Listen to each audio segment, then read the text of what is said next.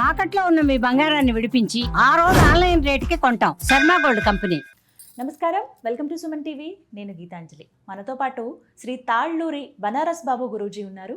శ్రీ జగదాంబ త్రిశక్తి పీఠాధిపతులు. వారితో మాట్లాడతాం. గురుగారు నమస్కారం అండి. శ్రీమాత్రే నమః. గురుగారు, ఇంట్లో సాధారణంగా మనకి ఇష్టమైనటువంటి బొమ్మలు, అలాగే దేవుడి విగ్రహాలు కూడా మన హాల్లో ఉంచేస్తూ ఉంటాం, కొన్ని పూజ చేయకుండా. అలాగే కొన్ని మనకి ఎంతో ఇష్టమైన బొమ్మలు, అవి దేంతో తయారు చేసిన లోహమైన గాజుమైనా సరే ఏమైనా కొన్నిసార్లు అవి పగిలిపోతే సెంటిమెంట్గా మళ్ళీ అలాగే ఉంచేస్తాం.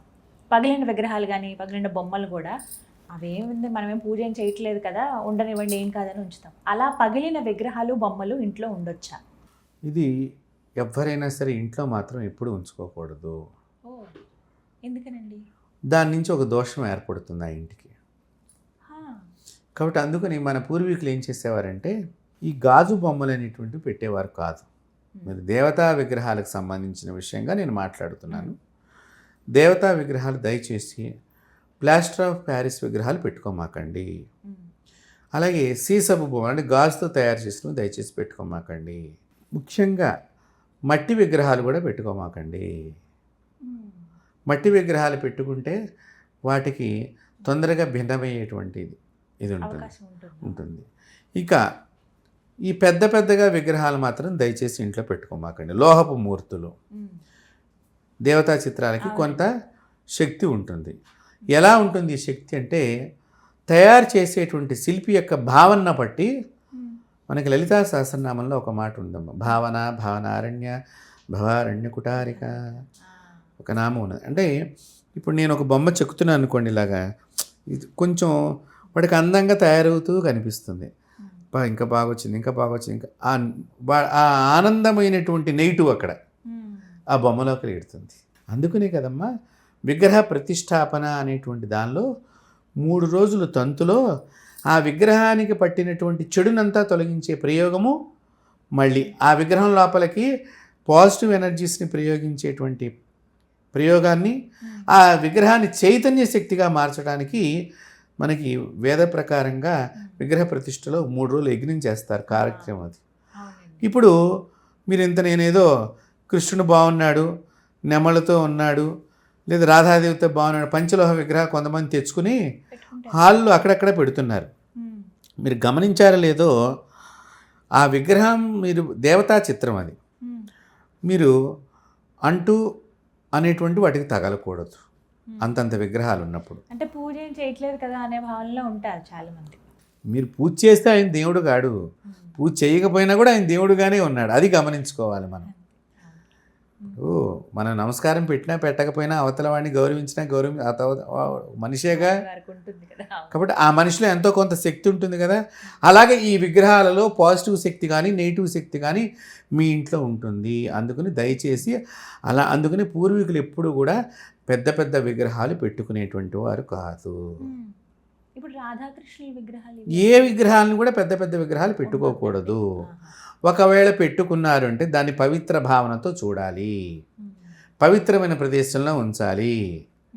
ముఖ్యంగా ఇప్పుడు ఏమైపోయిందంటే ప్రతిదాన్ని కూడా మాకు నచ్చిందండి, మాకు ఇష్టమండి, మా డబ్బే కదండి, అన్నీ మంచివే, మీ డబ్బే, మీకు నచ్చింది, మేము పెట్టుకుంటాము, పెట్టుకోండి. దాని నుంచి ఎప్పుడు చెడు సంభవిస్తుందో మనకు తెలియదు.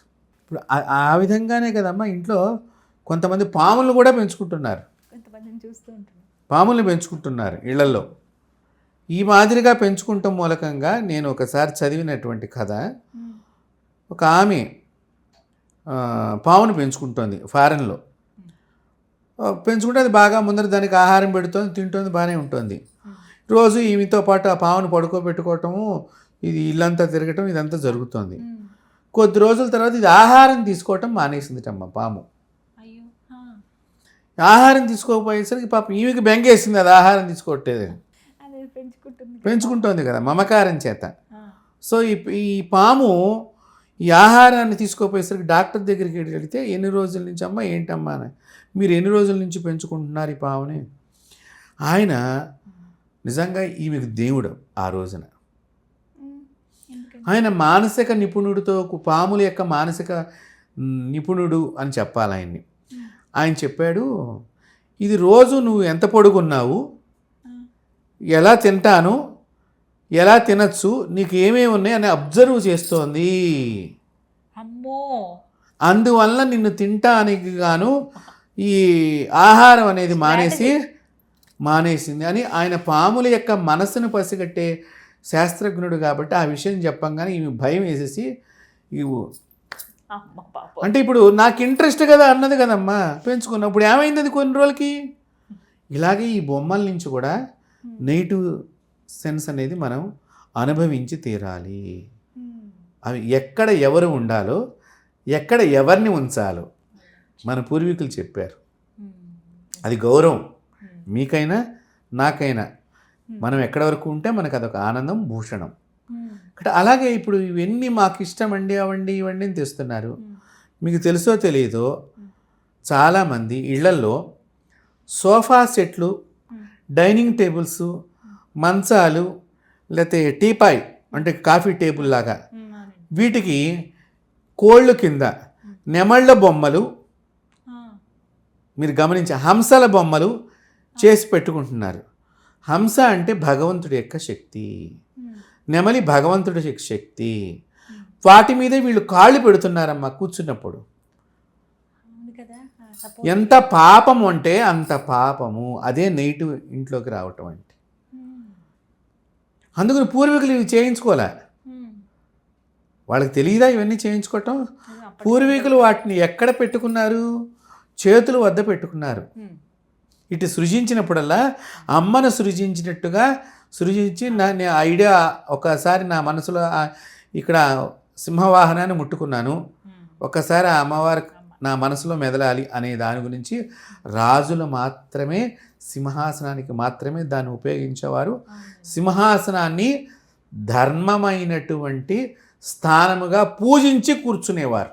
రాజులు కూడా ఇప్పటికీ కూడా మైసూరు మహారాజా వారు వారి ఆసనానికి, మీరు దసరా నవరాత్రులు మైసూరులో బాగా జరుగుతాయమ్మా, ఇప్పటికి కూడా వారి సింహాసనాన్ని పూజించిన తర్వాత వారు పైకి వెళ్ళి కూర్చుంటారు నవరాత్రులు తిలకించడానికి, అమ్మవారి యొక్క పూజను తిలకించడానికి. మరి మీరు ఆలోచన చెయ్యండి, దాని మీదే లేనిపోని సీసాలన్నీ పెడతారమ్మా. నేను చెప్పకూడదు వాటి. ఇంకా మరి పవిత్రమైన శక్తి ఎలా వస్తుంది ఇంటి లోపలికి? కాబట్టి ఇలాంటి విషయంలో కూడా చాలా ప్రమాదం సంభవిస్తుంది. కొన్ని ఫోటోలు కూడా పెట్టుకోవద్దంట. పెద్ద పెద్ద ఫోటోలు పెట్టుకోకూడదు. ఒకవేళ పెట్టుకుంటే 1-2 పెట్టుకోవచ్చు. దాన్ని ఒక భక్తి భావనగా మనం గౌరవిస్తాం. గోడ మీద ఉంటాయి కాబట్టి గబుక్కని ఇట్లాంటివి కొన్ని జరగకుండా ఉంటాయి. అది ఫోటోకి విగ్రహానికి కూడా కొంత వైరుధ్యం ఉన్నప్పటికీ కూడా ఫోటోలోంచి కూడా భగవంతుడు మాట్లాడతాడు, తప్పకుండా మాట్లాడతాడు. కాబట్టి వాటిని కూడా మనం రోజు మీరు చక్కగా హారతి ఇచ్చినట్లయితే ఆ శక్తి మనతో మాట్లాడుతుంది. కాబట్టి పెద్ద పెద్ద ఫోటో. కాబట్టి ఇలాంటివి మాత్రం దయచేసి నేను చెయ్యొద్దు అని చెప్పి మన వీక్షకులందరికీ ఇది ఒక విజ్ఞాపన, తెలియటం గురించి. అంటే సెంటిమెంట్ అండి, పడేయలేము అందుకే పెట్టేసుకున్నాము, ఎక్కడో విడిచిపెట్టలేము అని అంటూ ఉంటారు. విరిగినవి కూడా అలా పెడుతూ ఉంటారు. అవి పెట్టుకోకూడదు. సరే, ఇప్పుడు విరిగిన దాన్ని ఏం చేయాలి, పగిలినటువంటి దాన్ని ఏం చేయాలి? ఇప్పుడు ఫోటోకి అద్దం పగిలింది అనుకోండి, చిత్రం బాగుంది లోపల, అప్పుడు ఈ అద్దాన్ని మార్చేసి కొత్త అద్దం వేయించుకుని మనం ఇంట్లో పెట్టుకోవచ్చు, తప్పులేదు. లేదు చిత్రం చిరిగింది అనుకున్నప్పుడు ఇవన్నీ చక్కగా మీ ఇంటి దగ్గర ఒక హోమంలాగా పెట్టుకుని ఈ చిత్రాలు, దేవతా చిత్రాలన్నీ భస్మం చేయండి. దాన్ని తీసుకెళ్ళి నీళ్ళలో కలపండి. లేదా మీరు ఈ ఫోటోనే తీసుకువెళ్ళి వేద్దామంటే పేపర్ మాత్రమే వేయండి, ఆ చిత్రం ఉన్న పేపర్ మాత్రమే వేయండి. ఫోటోతో మాత్రం నీళ్ళలో వేయమాకండి, దాని నుంచి మీకు పాపం చుట్టుకుంటుంది. చాలామంది ఏం చేస్తున్నారంటే పాడైపోతే, ఇంకా ముఖ్యంగా అమ్మ చేతులెత్తి నమస్కరిస్తున్నా నేను వీళ్ళందరికీ కూడా, భక్తి బర్రె అంటే నెత్తి సూర్యుడు అందిట. ఎక్కడ పడితే అక్కడ రావి చెట్టు కనిపించింది అనుకోండి, అక్కడ కూడా ఈ ఫోటోలు తీసుకెళ్ళి పెడుతున్నారు. మరి మీరు అక్కడ ఉంటారా? మీకు ఏదైనా ఇబ్బంది వచ్చిందని మిమ్మల్ని కూడా ఆ రావి చెట్టు దగ్గర కూర్చోబెడితే ఆ రావి చెట్టు దగ్గర మీరు ఉంటారా? అక్కడ ఉమ్ములేస్తారు, ఏమేమో చేస్తారు. ఏదో పెద్ద చెట్టు కింద పెట్టమని వీళ్ళు తీసుకెళ్ళి, చాలా తప్పు. అలాంటివి చేయవద్దు. దేవాలయాల్లో మీరు ఇది పెట్టడం అనేది కూడా తప్పే. చక్కగా మీరు ఆ ఫోటోకి ఫ్రేమ్ తీసేసేయండి, అద్దం తీసేసేయండి. ఆ ఫోటో ఒక్కదాన్ని రౌండ్గా చుట్టి మీరు ఎప్పుడన్నా వెడుతున్నప్పుడు నదీ తీరంలో నదిలో వేసేసేయండి. ఈ ఫ్రేమ్తో వేస్తే మీకు ఈ పాడైపోయిన ఫోటో మనం పడేసాము నీళ్ళలో వేయమన్నారనే దానికంటే కూడా 3 పాపం మిమ్మల్ని చుట్టుకుంటుంది. ఎందుకంటేనమ్మా ఈ అద్దం పగులుతుంది, నీళ్ళల్లో ఉండే చేపలు జలచరాలు అవి తెలియక వీటిని కొరకచ్చు, లేకపోతే అవి తెగ మీరు విసిరినప్పుడు అది చనిపోవచ్చు కట్టయి. ఆ పాపం మీకు చుట్టుకుంటుంది. ఆ అద్దం ఎన్ని సంవత్సరాలు ఆ నీళ్ళలో ఉంటుందో అన్ని సంవత్సరాలు దానికి ఎన్ని బలవుతూ ఉంటాయో మీ వంశంలో వాళ్ళకి అంత ఎఫెక్ట్ జరుగుతూ ఉంటుంది. కాబట్టి ఈ అద్దం తీసేసేయాలి. చుట్టూ ఫ్రేమ్, మేకులు ఉండకూడదు, అసలు అవి తీసేస్తే ఇంకా ఈ బాధ ఉండదు. కాబట్టి ఈ మాదిరిగా చేయవచ్చు. లేదా హోమంలాగా పెట్టుకుని అన్ని పాడైపోయిన ఫోటోలన్నీ తగలబెట్టేసేయండి. అది భూమిలో చక్కగా గొయ్యి తీసేసి పెట్టేయండి, తొక్కని చోట చేయండి ఆ పని. దాని నుంచి తప్పు ఉండదు. అంతేగాని మనం ఎక్కడ పడితే అక్కడ గాజు బొమ్మలు నీళ్ళల్లో వేసేయటం చాలా తప్పిది. దీని నుంచి చాలా ప్రమాదాలు ఉంటుంది. మీరు ఇక్కడ పడేస్తారు, అది ముక్కలు ఆ రజన అట్లా నీళ్ళలో వెళ్తూ ఉంటుంది కొట్టుకుని, ఎవరో అక్కడ తాగుతూ ఉంటారు, నీళ్ళతో పాటు ఆ రజన లోపలికి వెళ్ళిపోతుంది. ఇలాంటి ప్రమాదాలు కూడా సంభవించి మనకు పాపం చుట్టుకుంటుంది. కాబట్టి దయచేసి వీక్షకులు మంచి ప్రశ్న వేశారు మీరు.